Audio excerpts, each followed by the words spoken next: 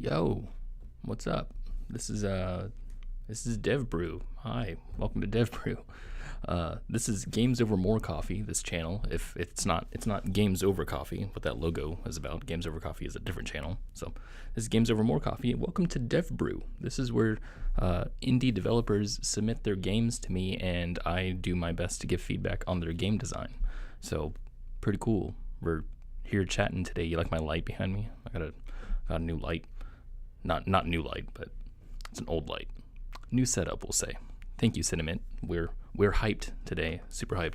I'm so hyped actually that I have a mate energy drink with me instead of coffee. Kind of weird. So today we're talking about Forebloomed. Interesting stuff. Let's look at this gameplay. Look at that. Look how cool that gameplay looks like. And look how cool I look down here. Let's play this thing. So this is gameplay that I've already played this game. This is around 2 hours of footage here, but we'll go through it, you know, as we go through. So we got some stuff to talk about today. So this game was difficult for me to put a a mark on to try to figure out what it is that I'm supposed to be talking about here. A lot of times whenever I talk about games in Dev Brew, I have a writing process, and the process has with it starts with me playing the game, and then reflection. It's immediate reflection, so I'm thinking what is it that I felt, and I get all these negative emotions, if I had any, out of the way first, or positive emotions, or both, and just get my emotions out of the way. Then the next day, then I start to analyze the game and try to figure out exactly what it was that I played and what it was that I was reacting to. So basically, the first day is like emotional. Second day is figuring out what those emotions were. So when I say emotional, I mean things like man, this game is so hard, right? And I'll type out, this game was, so hard, or it was so easy, or whatever the emotion is that comes out. And then I try to figure out what exactly caused that whole emotion thing. So in this game, what we had was a lack of emotion is what I want to say. I did have fun playing this game. Let's get all these positives out of the way first. So before I get into critique, I gotta say this game is a lot of fun to play. When I first went into it and looked at the different kinds of things that you could do, the exploring, the shops here, the bosses that are involved. There's a bunch of different stuff in this game that all together seems like just a project that someone threw together. That just kind of evolved, and I'm just like, wow, it's like a lot of stuff, and I'm not really into that kind of stuff. But as I kept playing the game and started getting more, with the mechanics and started feeling out everything, it became a lot of fun. So I had a lot of fun playing it. There's some emergent stuff in here that's a lot of fun. There's if you look at the main idea of the game is to explore right here. There's these hedges that you shoot, and each hedge uncovers either an enemy or gold or treasure, or somehow connects to a bigger area after that. So it's really interesting gameplay. Like many other games, it's like something that I don't think I've played before. So I think that's really cool. This is such uniqueness in these games. So yeah, so the thing that we're here to talk about is that unclear direction that I had in my mind. While I was playing this game, I tried to feel out exactly what it was that I was reacting to. And my reaction was sort of just this nondescript, just feeling of, I don't know what's going on. There was just nothing to talk about. And I even mentioned this in the Discord. I was like, I don't even know what to say. Turns out, I think, what that emotion was it was a reaction to not knowing what to do. There was no goal in my mind. And this is a really interesting topic to get into, because I don't think I've actually talked about this before on Dev Brew. This game is a roguelike, and when you get into roguelike games, there's different goals that you have depending on the game that you're playing. But most of them have to do with getting to an exit. So if you think of Crypt of the Necrodancer, that's one that I play a lot. There's just a bunch of dungeons, right? And as you go through these dungeons, you're trying to find the end to a staircase that you can descend into a new dungeon. And then after that one, a new dungeon, and then so on and so forth until you get to a boss, beat that boss, and then you go to a new area. So that's what Curse of the Necrodancer is all about. If you think about a different kind of roguelike, think of a platformer like Downwell. In Downwell, it's also all about trying to get down the well. And once you get past all of these enemies and all these upgrades and everything, then you reach the bottom, and then you go to a new well, I guess you say. And then you try to get to that bottom. And so the point is that each of these have an intended goal at the end, which is to reach the exit of some sort. And while I was playing this game, there's no exit. There's no reaching for an exit. That's not something that's necessary in games. You think about Minecraft, there's no, I guess there's kind of an exit if you use the portal or whatever. But the idea is that you're just kind of in this world, right? And you just kind of go about your business. But Minecraft is a different game. It's not a roguelike. Not really. And this game has bosses, which means that it is progressive. There is a linearity here. There is a beginning, middle, and end, or I think there's an end. I haven't reached the end yet. I got to the 4th level. But there's no inherent goal in the very beginning. So this is pretty interesting. If we go to the beginning here, we can see what happens when we start our new game. This is my opening gameplay, so you have to bear with me as it's a little slow. I'm trying to get my bearings, just kind of read everything, try to figure out what this was all about. But right there, it says explore, shoot. Let's pause here. Yeah, explore, shoot, open chests, and survive. So what happens is while you're going throughout this area, you're shooting these hedges, going to other open areas and trying to discover stuff. And then you see this timer right here. This is actually a timer. And when it gets to nighttime, that's when you have to return to your home base. And then you have to basically go from there. That's your exit, as it were. And it's so strange because that's it's not an inherent goal for me as a player when I'm playing this kind of game. I don't think about, okay, now that I'm here, what do I do, right? I don't think, oh, you know what? Let's go explore some stuff. What I need is a motivator. I need some sort of thing to tell me what to do, basically. Not exactly, hey, Devon, you need to go this way and then go that way and then do this. It's not about waypoints or anything like that. It's about being motivated. So I brought up Minecraft earlier. If you think about Minecraft, what we have to motivate the player is crafting, right? You have some sort of tools with you, perhaps. I mean, you know, when you start out, you don't have anything, but you make a tool, or you grab some dirt, or you grab some wood and try to make something, and then you find out that you need iron, or you find out that you need coal or some other stuff, and so you go out hunting for that stuff. And so it's that motivator that I need these things. I'm missing these things. I need them. I'm going to go out and get them. That's what we're missing as a motivation for the exploration part. Let me get to a more interesting part of gameplay over here. So the motivation to go out and explore, I don't feel like I don't think it was there, and I think that's the reason why I had this nondescript kind of emotional reaction to this gameplay, is that I'm playing it and I'm thinking there's not really a goal here. There's not really an inherent goal. There's nothing telling me what to do, where to go, and because of that, it felt very, very, very slow to get into the gameplay. Now, once I've played this game several times, then I kind of created goals in my own head, and I was like, oh, like what I'm going to do is I'm going to try to collect all the upgrades I can in order to get as powerful as I can in order to beat the bosses. And that's kind of what the goal was in my mind, was to beat the game, really, right? It was to beat all these bosses.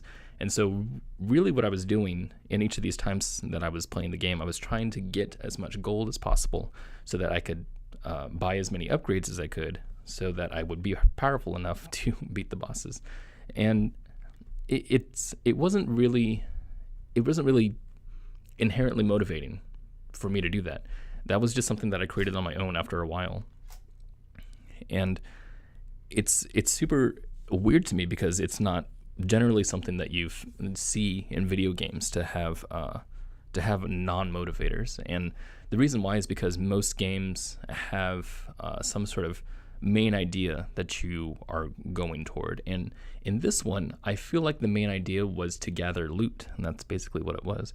And I have no problem with that, but not everything was designed around loot. So I took a few notes on my phone here. I didn't write them down this time, unfortunately. And one of the things I wanted to... Sorry, my phone is loading. My guys, I'm not like ready for the stream. Let's see. Okay, so I was thinking about trying to find a direction for this game, right? So the game seems to have several different directions that it wants to go into. There's the idea of shooting, just straight up shooting other things. That feels like an expression that it does pretty well. There's the idea of exploration, right? Trying to go to access different places and discover new places and discover more loot and chests and whatnot. And then there's the idea of upgrading, right? Which is what the whole thing about roguelikes is, about the random upgrades that you can get. So there's they're not conflicting ideas, but they're ideas that I feel like neither of them have any focus. One of the games that I talk about all the time about focus is Doom 2016. And what's so cool about that game, I heard about this idea from, what's his name? From Total Biscuit on his podcast. And he had talked about when Doom came out, Doom 2016, he talked about the design of the game loop, the I guess player loop, I don't know, the game loop, I don't know what it's called. But it's where the player is encouraged to fight all these demons, even though like it's clear that the demons will kill you when you're going to fight all of them. And it's rare to have a game that a person continuously throws themselves into the fray, right? Unless it's a fighting game. And you could call Doom really a fighting game, because, excuse me, what it's about really is about trying to get as much ammo and guns as possible in order to kill as many demons as possible, right? But it's not really about the killing, it's about just trying to get to the next area. But it feels really, really focused on the killing, and it's because every single game mechanic is zeroed in on that idea, right? We have the running of Doom, but when you're playing Doom, you have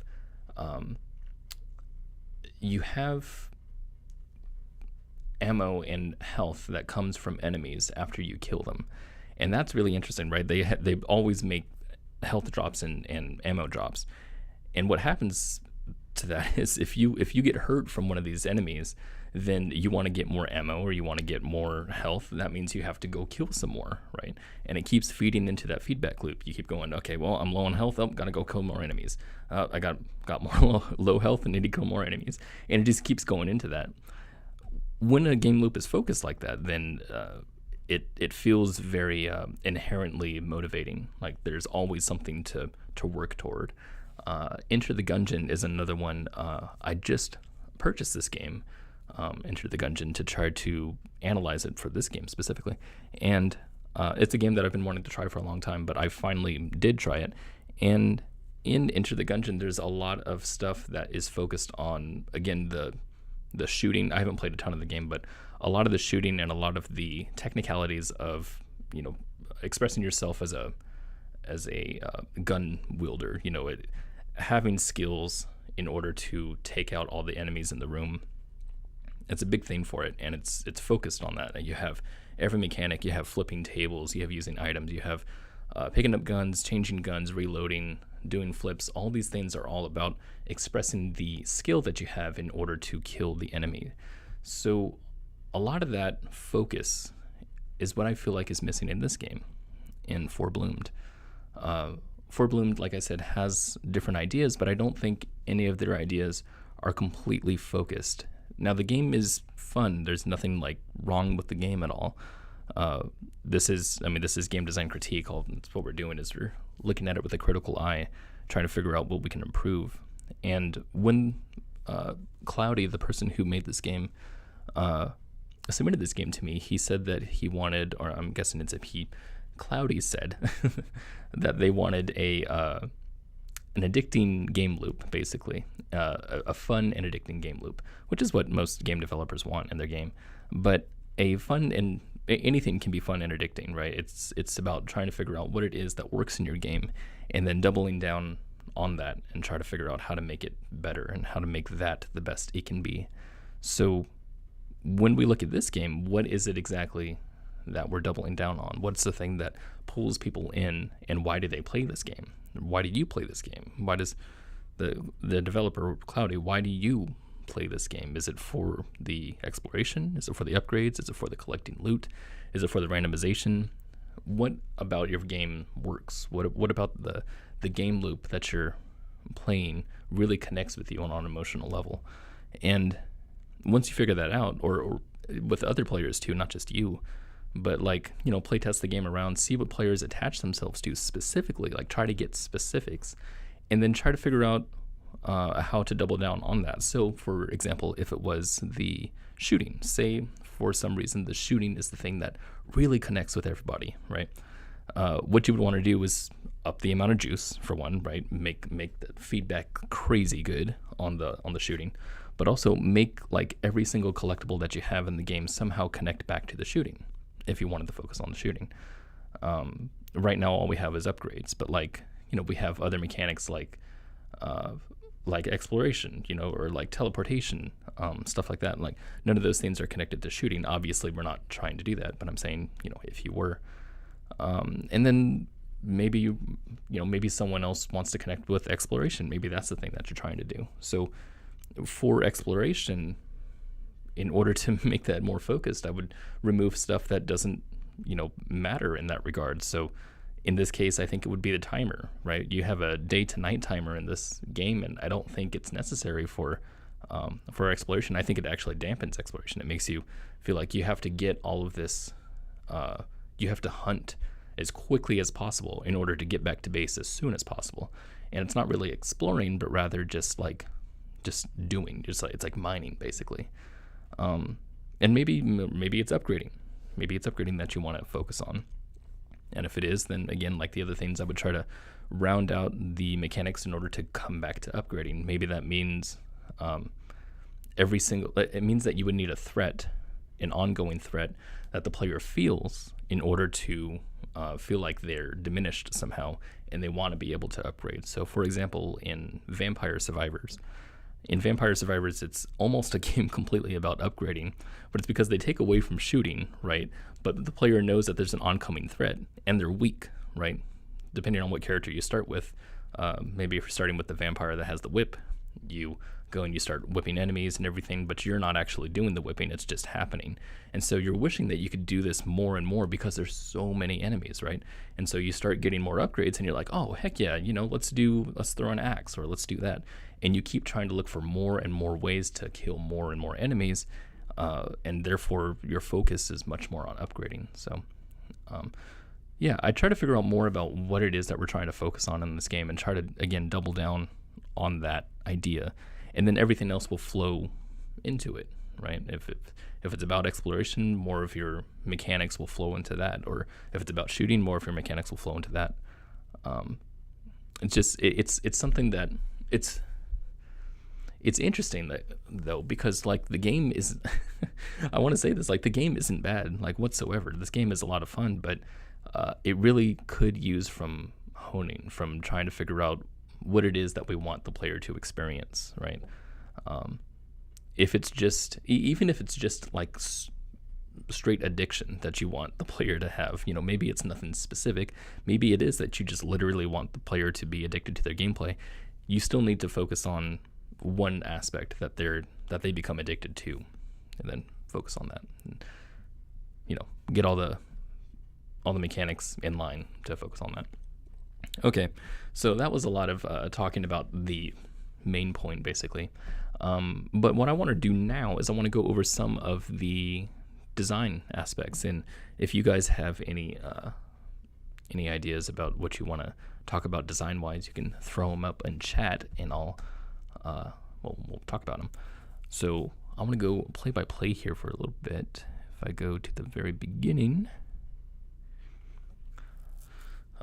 Hey, by the way, props on this menu. I just got to say, because I've reviewed several games now, and the menu is super simple. But man, I love simplicity when it's done this well. Just like the idea that like you can see just by looking at this screen what is selectable, what's selected, and what's not selectable. I love that. Right? I mean, just looking at it and understanding that in a split second, that's really good graphic design. So props on that. All right, going into here, I really like the character selection screen. I think character selection screens are done weirdly sometimes. This is perfect, I think. You have all the stats right there. And sometimes, I don't like to read all this stuff, but the idea is that you go into here and you start figuring stuff out as you go each one by one. Enter the Gungeon has the same thing. Vampire Survivors. I've talked about Silhouettes when I talked about Chess Survivors. If you want to see that video, Silhouettes is a really good thing to have. This is the the text here that says explore, shoot, hedges, open, chess, survive. that really should be an inherent thing. This is something that the player should already know going into this game. And I know that sounds kind of weird because most people don't know what a game is when they go into it, and maybe you need to tell them, but what needs to happen is they need to feel it as they play it. But we already talked about the focus, so I don't feel like text is necessary, because if you're telling the player what to do specifically, then maybe they're not gonna feel it, and I'd rather feel it. So there's that. So the enemies coming out of hedges, I think, is a really neat thing. Like, it's a very roguelike element, I think. I wanted to say something specifically about the enemies. I can't remember exactly what it was. I think they're good. I like the aesthetic. I love the idea of plants fighting, what do you call it, bugs or pests, as you call them. It's so great. Let's go more into here. Got the shop. There was something specific that I wanted to talk about the bugs, though, and I can't remember exactly what it was. I wanted to talk about the guns and the shooting. Right. Okay. Yeah. Okay. So the very monotonous feel of mining in here, or what I would call mining, which is shooting the hedges in order to explore the area. It's a little weird because when you're shooting with the person here, this specific character, what I kept wanting to do in order to get this idea of feedback, you told me, Cloudy, that the game, people have told you that you need more juice in this game, and I think that's right. But I think the reason why they're saying that, because the game doesn't really need a whole lot more juice, but I think the reason why they're not feeling the idea of having juice in this game is because when you're shooting the hedges, the shots that come out are just automatic, right? You tap and you hold, or you click and you hold on the what do you call it? Sorry, someone messaged me in Discord. I was just trying to figure out what this was.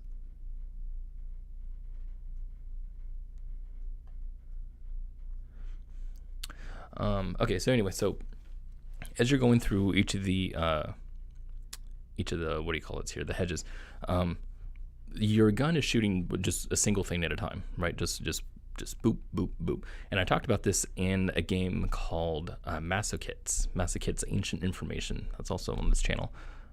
Definitely check that out. In that game, there's a lot of mining with a gun, and I really like that idea. But what was weird about it was because it has the same thing that this one does, where you tap and hold on the click button, right? You left click and you tap and hold on it, and then it just automatically fires, and it doesn't feel like that's enough feedback. If you look at Enter the Gungeon, when you tap and hold on, at least I don't think it works, but if you tap and hold and shoot, it's only going to shoot once, right? Unless you have like an automatic weapon or something like that, where there's a constant stream. And it's that kind of feedback that you need as a player, right? It feels better in this game to tap every time that you want to shoot. And it's because that kind of feedback, kind of instant feedback that you get from, I press the button and something happens, that's what I want. And so when I press the button and hold it and things just keep happening, it doesn't really feel like I'm the one responsible for those things. That feedback is not very good. So mining in here feels a little monotonous. However, when I'm playing as the archer, or even the melee attack one, I can't remember his name. When I'm playing as those people, then it feels really good, and it's because the feedback is different on those. The archer has to do with pressing and holding down the button, then letting go in order to let go of your arrow, and then the melee one is all about. Well, melee one actually still has the same kind of problem, but it feels a little bit better because it feels like I'm actually controlling the melee a little bit stronger. Anyway, so yeah, I wanted to talk about that just really quickly, but definitely check out Masochits Ancient Information. Not that game specifically. I mean, you can if you want to, but the video on it, I talk about that kind of stuff quite a lot. There's also a game called, if you wanted to know about juice, there's a video I did for a game called Retro Ninja Cyber Assassin, which I'm not sure if it's on this channel or my main channel. You have to check that out. Did a whole big section on that, and that was a much more interesting video because I was I was back when I was editing them. Alrighty, and I think that's about all I have to say. I wanted to address this this, what do you call it, Discord thing. So someone had just messaged me in Discord.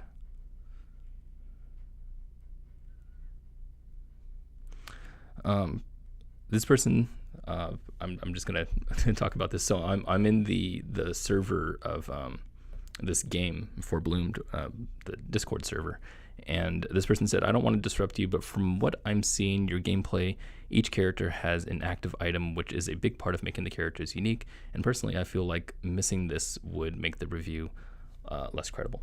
So not reviewing the game, but I understand what you're coming from. Yeah, each of these characters do have uniqueness in the way that you play them. They each have an item that you can use that is variance on the mechanics, but the variousness of the mechanics is kind of the problem here. That's kind of what we're talking about. When you have so many varied mechanics, but you don't have any focus, nothing that everything is connecting back to, that's kind of, it's kind of a non-issue. I want to say that the items are not the issue is what I'm saying, and saying that they have items is not really a thing that I care to talk about because it doesn't really matter that much. Okay, so yeah, I think that's about all I have to say. I want to say that I did want to talk about actually that timer up here. So this one, which let's see if we can get to some gameplay. Okay, so right here, so this timer talks about how it's timing. I already said this before, but basically when you're leaving your little post from your starting position, you go out and explore, then this timer goes and it becomes nighttime, and then before it gets to nighttime you have to come back, otherwise these characters called astral sharks that's such an amazing name, come over and eat you. And it's an interesting mechanic to have that kind of limiting thing on the design of the game, but that timer is so tiny, man, and the numbers are of the timer here, and I don't. That's totally fine that they're just numbers. It doesn't have to look like time or anything like that. But the idea of the timer itself, it seems like it's a pretty big deal. And I know that the screen darkens. You can see that it's getting dark right now as you go through and you start to see these little rainbow fish, kind of come everywhere. And I want to say that that's pretty important, right? I want to make sure that I'm not going to die as I'm out here. So I want to see that timer basically take up the entirety of the bottom of the screen or something like that. I feel like that's a pretty important mechanic. But again, it depends on what you're focused on, So once you have a direction in specifically where this game is going, or maybe someone can tell me about where this game is going, because once that direction is there, then everything else feeds off of it, right? So I've said that to death already. So that is what it is. So thank you so much, you guys, for watching this. Thank you so much, Cloudy, for submitting your game. And if you have a game that you want to submit, I'm completely run dry on submissions right now, so I don't have any other games to talk about for the next few weeks. So if you have a game, if you're an indie developer and you have a game, send it to me and I will check it out. I randomly select them on every month. I do 2 a month. I was just realizing that the information down below is not correct, but it will be once I update this video. So thank you guys. I will